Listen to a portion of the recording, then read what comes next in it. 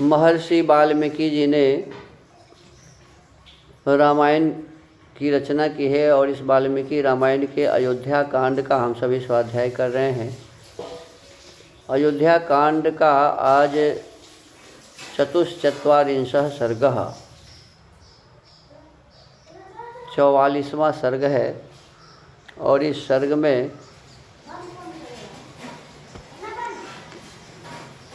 माता कौशल्या जी को विलाप करते हुए देख माता सुमित्रा जी कुछ समझा रही हैं। पिछले सर्ग में माता कौशल्या जी बहुत विलाप कर रही थी। बिलपन्तिं तथा तां तु कौशल्यां प्रमदोत्तमां इदं धर्मे स्थिता धर्म्यं सुमित्रा वाक्यम अब्रवीत। नारियों में श्रेष्ठ कौशल्या को इस प्रकार विलाप करती देख धर्मपरायणा सुमित्रा यह धर्मयुक्त बात बोली। तवार्ये सद्गुणैर्युक्तः सपुत्रः पुरुषोत्तमः किं ते विलपिते नैवं कृपणं रुदितेन वा। आर्ये, तुम्हारे पुत्र श्री राम उत्तम गुणों से युक्त और पुरुषों में श्रेष्ठ हैं। उनके लिए इस प्रकार विलाप करना और दीनतापूर्वक रोना व्यर्थ है। इस तरह रोने धोने से क्या लाभ। इसका मतलब है कौशल्या जी से भी अधिक बुद्धिमती सुमित्रा जी थी, क्योंकि बेटा तो उनका भी गया था।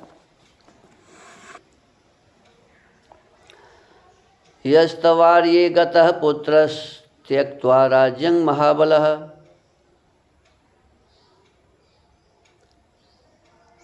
साधु कुर्वन् महात्मानं पितरं सत्यवादिनं शिष्टैराचरिते सम्यक् शश्वत्प्रीत्यफलोदये रामो धर्मे स्थितः श्रेष्ठो न सरोषोच्यः कदाचन। बहन, जो राज्य छोड़कर अपने महात्मा पिता को भली भांति सत्यवादी बनाने के लिए वन में चले गए हैं, वे तुम्हारे महाबली श्रेष्ठ पुत्र श्री राम उस उत्तम धर्म में स्थित हैं जिसका सत्पुरुषों ने सर्वदा और सम्यक प्रकार से पालन किया है, तथा जो परलोक में भी सुखमय फल प्रदान करने वाला है। ऐसे धर्मात्मा के लिए कदापि शोक नहीं करना चाहिए।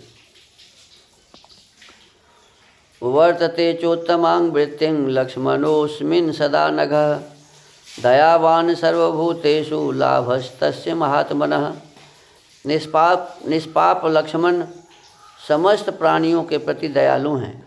वे सदा श्री राम के प्रति उत्तम बर्ताव करते हैं, अतः उन महात्मा लक्ष्मण के लिए यह लाभ की ही बात है। अरण्यवासे यद दुःखं जानन्त्येव सुखोचिता अनुगच्छति वैदेही धर्मात्मानं तवात्मजम्। विदेह नंदिनी सीता भी जो सुख भोगने के ही योग्य है, वनवास के दुखों को भली भांति सोच समझकर ही तुम्हारे धर्मात्मा पुत्र का अनुसरण करती हैं।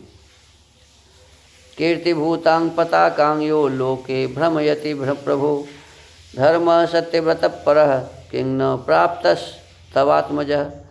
जो प्रभु संसार में अपनी कीर्तिमयी पताका फहरा रहे हैं और सदा सत्यव्रत के पालन में तत्पर रहते हैं, उन धर्म स्वरूप तुम्हारे पुत्र श्री राम को कौन सा श्रेय प्राप्त नहीं हुआ है।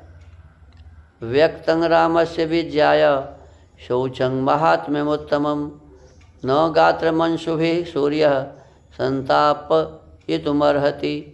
श्री राम की पवित्रता और उत्तम महात्म्य को जानकर निश्चय ही सूर्य अपनी किरणों द्वारा उनके शरीर को संतप्त नहीं कर सकते। शिवः सर्वेषु कालेषु काननेभ्यो विनिःश्रितः राघवं युक्त शीतोष्णः सेविष्यति सुखोनिलः। सभी समयों में वनों से निकली हुई उचित सर्दी और गर्मी से युक्त सुखद एवं मंगलमय वायु श्री रघुनाथ जी की सेवा करेगी। शयानमनघं रात्रौ पितेवाभिपरिष्वजन् घर्मघ्नः संसिपशन् शीतश्चंद्रमा ह्लादयिष्यति। रात्रि काल में धूप का कष्ट दूर करने वाले शीतल चंद्रमा सोते हुए निष्पाप श्री राम का अपने किरण रूपी करों से आलिंगन और स्पर्श करके उन्हें आह्लाद प्रदान करेंगे। ददौ चास्राणि दिव्यानि यस्मै ब्रह्मा महोजसे दानवेन्द्रं हतं दृष्ट्वा तिमिध्वज सुतं रणे। श्री राम के द्वारा रणभूमि में तिमिध्वज संबर के पुत्र दानवराज सुबाहु को मारा गया देख विश्वामित्र जी ने उन महातेजस्वी वीर को बहुत से दिव्यास्त्र प्रदान किए थे। सशूरः पुरुष व्याघ्र स्वबाहु बलमाश्रितः असंत्रस्तो ह्यरण्येषु वेश्मनीव निवत्स्यते। वे पुरुष सिंह श्री राम बड़े शूरवीर हैं। वे अपने ही बाहुबल का आश्रय लेकर जैसे महल में रहते थे उसी तरह वन में भी निडर होकर रहेंगे। यस्येषु पथमासाद्य विनाशं यान्ति शत्रवः कथं न पृथ्वी तस्य शासने स्थातुमर्हति। जिनके वाणों का लक्ष्य बनकर सभी शत्रु विनाश को प्राप्त होते हैं, उनके शासन में यह पृथ्वी और यहाँ के प्राणी कैसे नहीं रहेंगे। या श्री शौर्यं च रामस्य या च कल्याण सत्वता निवृत्तारण्यवासः स्वं क्षिप्रं राज्यमवाप्स्यति। श्री राम की जैसी शारीरिक शोभा है, जैसा पराक्रम है और जैसी कल्याणकारिणी शक्ति है, उससे जान पड़ता है कि वे वनवास से लौटकर शीघ्र ही अपना राज्य प्राप्त कर लेंगे। सूर्यस्यापि भवेत् सूर्यो ह्यग्निरग्निः प्रभो प्रभो श्रियः श्रीश्च भवेद् क्रिया कीर्त्याः कीर्तिः क्षमा क्षमा। दैवतं देवतानां च भूतानां भूतसत्तमः तस्य के ह्यगुणा देवी वने वाप्यथवा पुरे। देवी श्री राम सूर्य के भी सूर्य प्रकाशक और अग्नि के भी अग्नि दाहक हैं। वे प्रभु के भी प्रभु, लक्ष्मी की भी उत्तम लक्ष्मी और क्षमा की भी क्षमा हैं। इतना ही नहीं, वे देवताओं के भी देवता तथा भूतों के भी उत्तम भूत हैं। वे वन में रहें या नगर में, उनके लिए कौन से चराचर प्राणी दोषावह हो सकते हैं। पृथिव्या सह वैदेह्या श्रिया च पुरुषर्षभः क्षिप्रं चित्ते श्रीभिरेताभिः सह रामोऽभिषेक्ष्यते। पुरुष शिरोमणि श्री राम शीघ्र ही पृथ्वी, सीता और लक्ष्मी इन तीनों के साथ राज्य पर अभिषिक्त होंगे।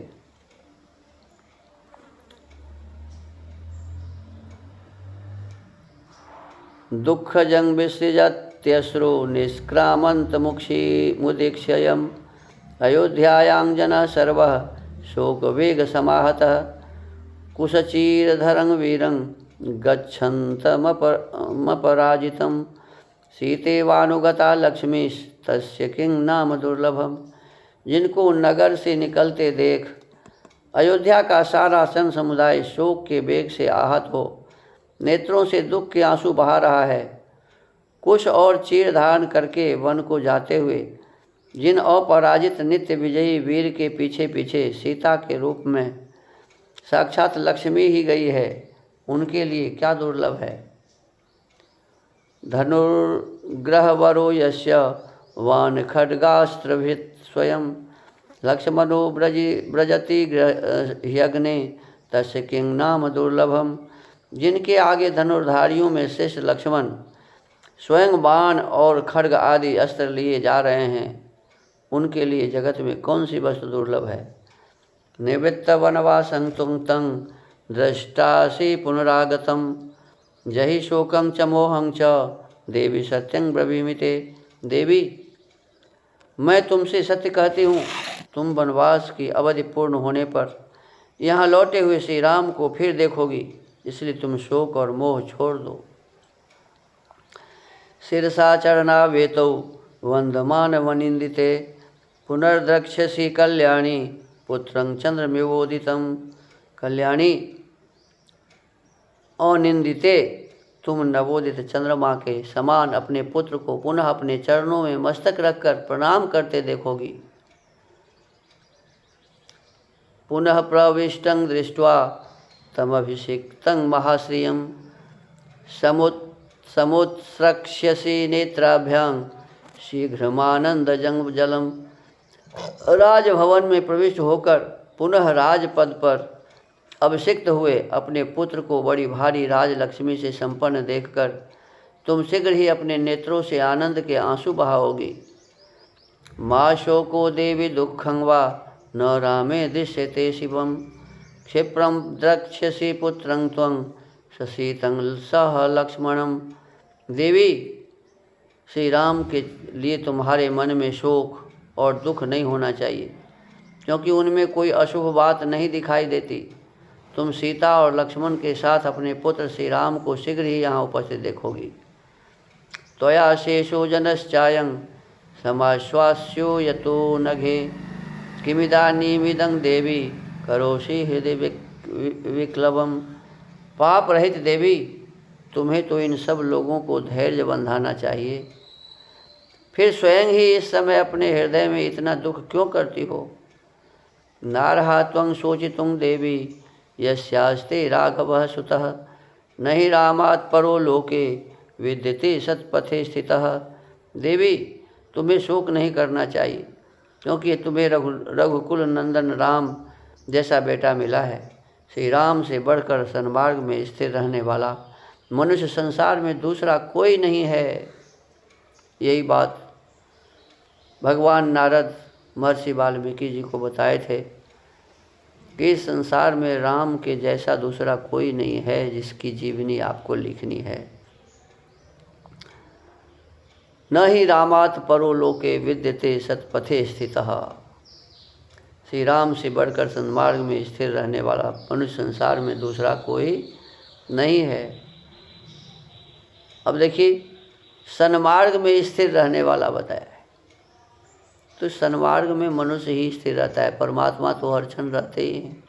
मनुष्य होकर सन्मार्ग में रहे, ये सबके लिए आवश्यक है। तो यहाँ भगवान श्री राम सचमुच में मर्यादा पुरुषोत्तम थे और सन्मार्ग को कभी छोड़ते नहीं थे। पुत्रस्ते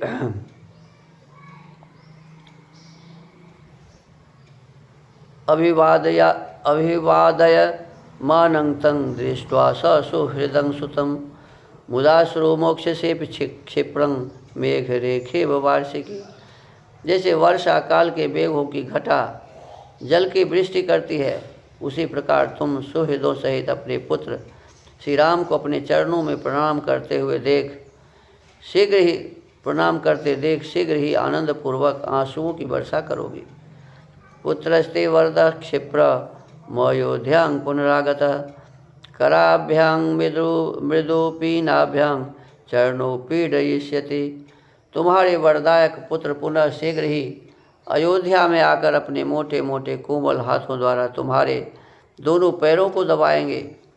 अभिवाद्य नमस्यन्तं शूरं सुहृदं सुतं मुदाश्रये प्रोक्षते पुत्रं मेघराजिरिवाचलम।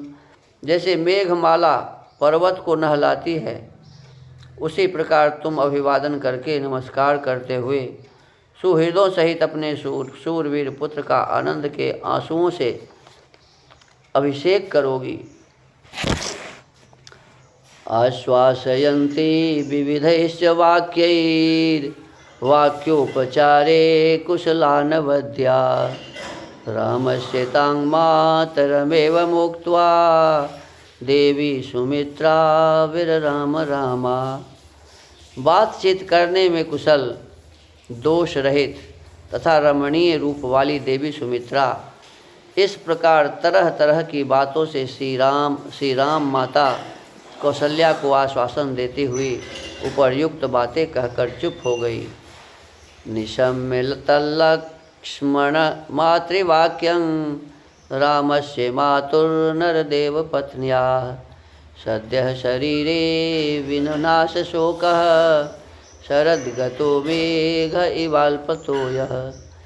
लक्ष्मण की माता का यह वचन सुनकर महाराज दशरथ की पत्नी तथा श्री राम की माता कौशल्या का सारा शोक उनके शरीर मन में ही तत्काल विलीन हो गया। ठीक उसी तरह जैसे शरद ऋतु का थोड़े जल वाला बादल शीघ्र ही छिन्न भिन्न हो जाता है। कौशल्या स्वयं भी तो बुद्धिमती थी और सुमित्रा भी बहुत बुद्धिमती लग रही हैं इनकी बातचीत से। और कौशल्या को ये बात समझ में आ गया कि बात तो सही है, अब तो जो हुआ सो हुआ, समय पर पुत्र आ जाएगा। अब तो केवल वो जंगल में सुरक्षित रहे, परमात्मा से यही प्रार्थना करें। इसी प्रकार से उनके क्लेश कुछ कम हो गए। अब आगे पंचचत्वारिंशः सर्गः 45वें सर्ग की कथा आगे करेंगे। आज के इस वाल्मीकि रामायण के स्वाध्याय के क्रम को यहीं विराम देते हैं। ओम।